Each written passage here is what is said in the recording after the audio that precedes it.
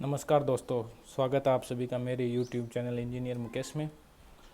आज हम विश्व की प्रमुख संस्थाओं जिसमें बैंक, अन्य संस्थाएं जो कि हमारे पटवारी, एसएससी, बैंकिंग के लेवल पे क्वेश्चन पूछे जाते हैं, उनमें करंट अफेयर से संबंधित क्वेश्चन आते हैं, तो उनसे उनकी स्थापना वर्ष, उनके अध्यक्ष, आदि के बारे में क्वेश्चन पूछ लिए जाते हैं। तो आज मैं महत्वपूर्ण संस्थाएं, जो भी महत्वपूर्ण संस्थाएं हैं उनके बारे में मैं चर्चा करूंगा और मैं आपको उनके बारे में जितनी भी जानकारी मेरे द्वारा जुटाई गई है वो सब बताऊंगा। तो चलिए शुरू करते हैं। प्रमुख संस्थाएं तो हम सबसे पहले बैंकिंग क्षेत्र में चर्चा करते हैं। तो प्रमुख संस्थाएं में वर्ल्ड बैंक ग्रुप, जो विश्व बैंक, जिनसे भारत काफ़ी लोन ले रहा है इन दिनों, काफ़ी क्षेत्रों में हर प्रकार की योजनाएं जिसमें से लोन ले रहा है, तो चर्चा में रहता है विश्व बैंक। तो विश्व बैंक की स्थापना, मतलब विश्व बैंक को 1944 में खोजा गया और प्रभाव में ये 1945 में आया। 1944 जुलाई 1944 में खोजा गया और प्रभाव में 1945 में आया था ये। और इसका मुख्यालय वाशिंगटन डीसी, अमेरिका की जो राजधानी है, वहाँ है। और अध्यक्ष डेविड मालपस वर्तमान में इसके अध्यक्ष हैं। अगला आता है IMF। मैं ज़्यादा समय नहीं लूँगा, जल्दी आपको इन 10 या 12 ये संस्थाएं, इनके बारे में जल्दी आपको बताऊँगा। तो पहली होगी वर्ल्ड बैंक, इसकी स्थापना 1945, मुख्यालय वाशिंगटन डीसी, अध्यक्ष डेविड मालपस वर्तमान में।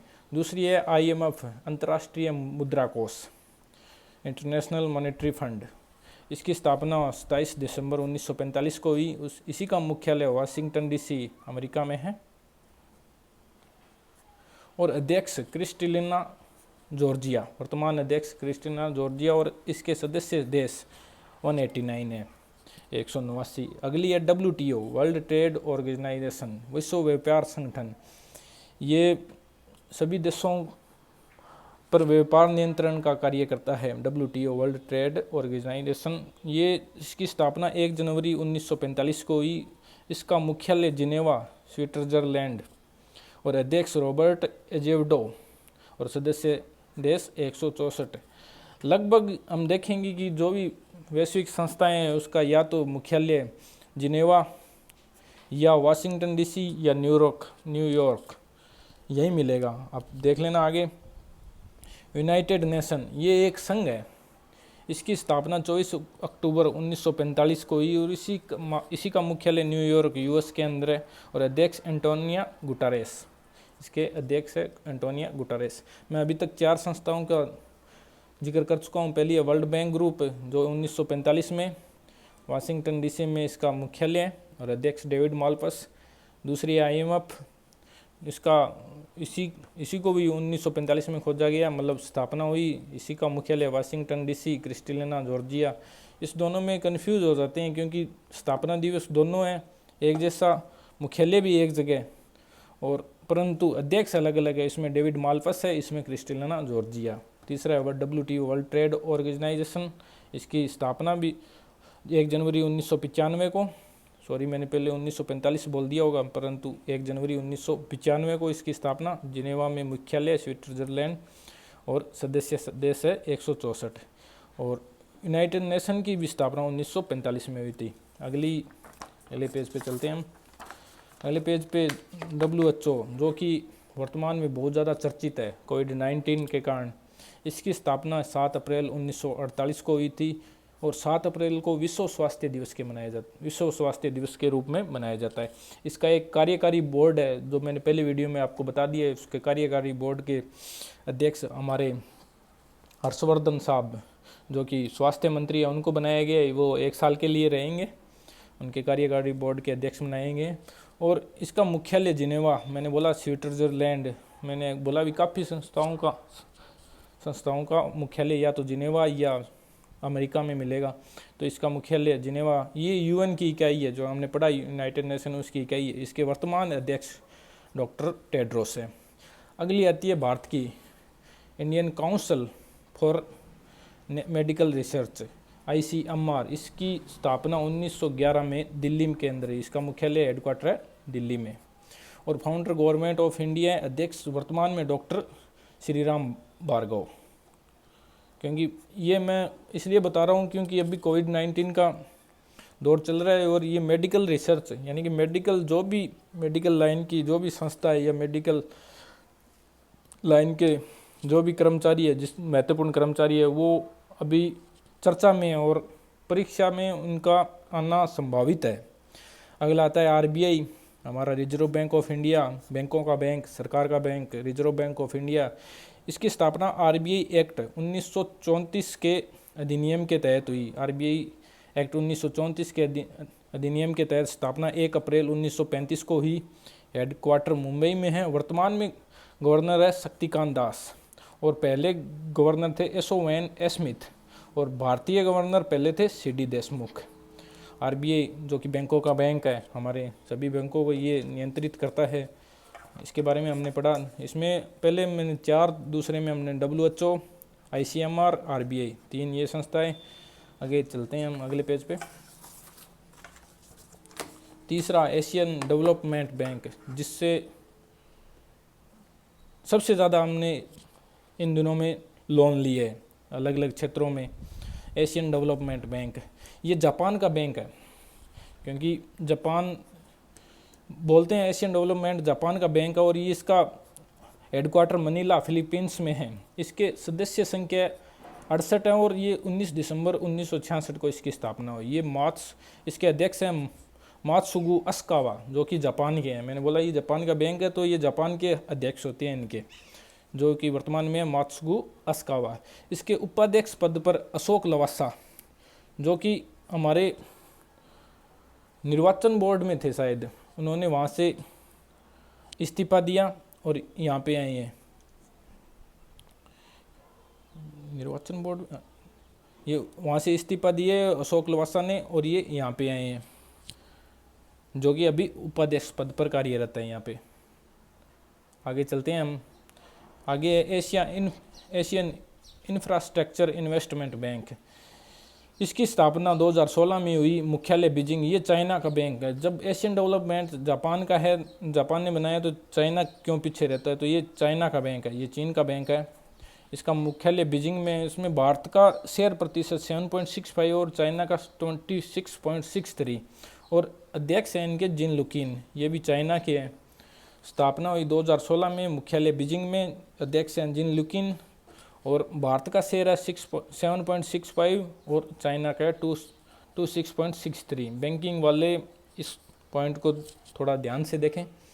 अगला आता है G7 संगठन। ये 7 देशों का संगठन है। इसकी मैंने छोटी सी ट्रिक बनाई है गर्लफ्रेंड को जूस। तो G से जर्मनी, F से फ्रांस, J से जापान, U से USA, I से इटली, C से कनाडा, E से इंग्लैंड।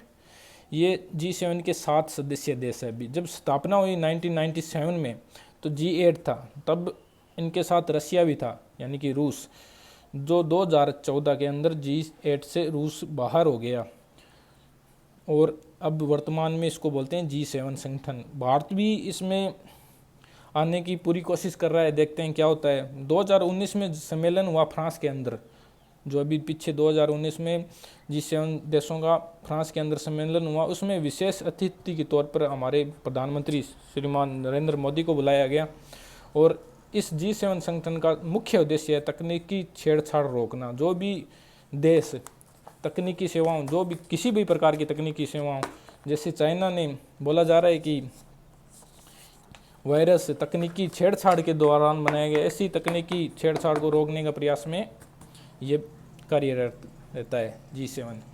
दूसरा आता है अगला है ILO इंटरनेशनल लेबर ऑर्गेनाइजेशन, श्रम संगठन, विश्व श्रम संगठन।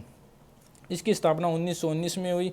इसका भी मुख्यालय मैंने बोला जिनेवा स्विट्जरलैंड में है। इसके भी सदस्य 187 सदस्य हैं और अध्यक्ष गाय राइडर है। और अगला है स्पेसएक्स। ये महत्वपूर्ण है क्योंकि पीछे आज से 10-12 दिन पहले स्प्लैश डाउन की घटना हुई। फाल्कन 9 जो कि अंतरिक्ष केंद्र के अंदर गया हुआ था, वो वापस लौटे। उन्होंने एक समुद्र के अंदर, महासागर के अंदर स्प्लैश डाउन किया, यानी कि सीधे अंतरिक्ष से पैराशूट के माध्यम से ज़मीन पर उतरे। पृथ्वी पर उतरे, जो कि एलन मस्क की कंपनी है स्पेसएक्स। ये महत्वपूर्ण है, बहुत ज़्यादा चर्चित है, इसके बारे में आप मुख्य रूप से ध्यान रखना। इसकी ये 6 मई 2002 को स्थापना की गई इसकी, और हेडक्वार्टर कैलिफोर्निया यूएसए के अंदर है। और अगला है यूनाइटेड नेशन सिक्योरिटी काउंसिलिंग, जो कि यूएनएससी, जिसकी स्थापना 24 अक्टूबर 1945 को की गई।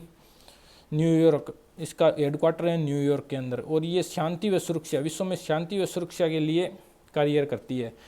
इसके सदस्य 5 स्थायी सदस्य और 10 अस्थायी सदस्य हैं। 5 स्थायी सदस्यों में वीटो पावर, जो रूस, फ्रांस, अमेरिका, चीन, इंग्लैंड, 5 वीटो पावर है जो इसके 5 स्थायी सदस्य हैं, और 10 अस्थायी सदस्य हैं जिसमें से भारत ने एंट्री ली है इंडोनेशिया को पछाड़कर। अभी इंडोनेशिया को बाहर करके भारत ने अस्थायी सदस्य के रूप में एंट्री ली है, और आगे स्थायी सदस्य में जाने के लिए कोशिश करेगा। तो हमने आज काफ़ी महत्वपूर्ण संस्थाओं के बारे में आगे हो रहे हैं, आगे 3 संस्थाएं और हैं, इसमें देखते हैं। अगली है आईसीसी, इंटरनेशनल क्रिमिनल कोर्ट। ये अंतर्राष्ट्रीय क्रिमिनल कोर्ट, यानी कि अंतर्राष्ट्रीय क्रिमिनल को क्या बोलेंगे, चलिए छोड़िए, इंटरनेशनल क्रिमिनल कोर्ट, स्थापना 2002 में हेग, नीदरलैंड में इसका कार्यालय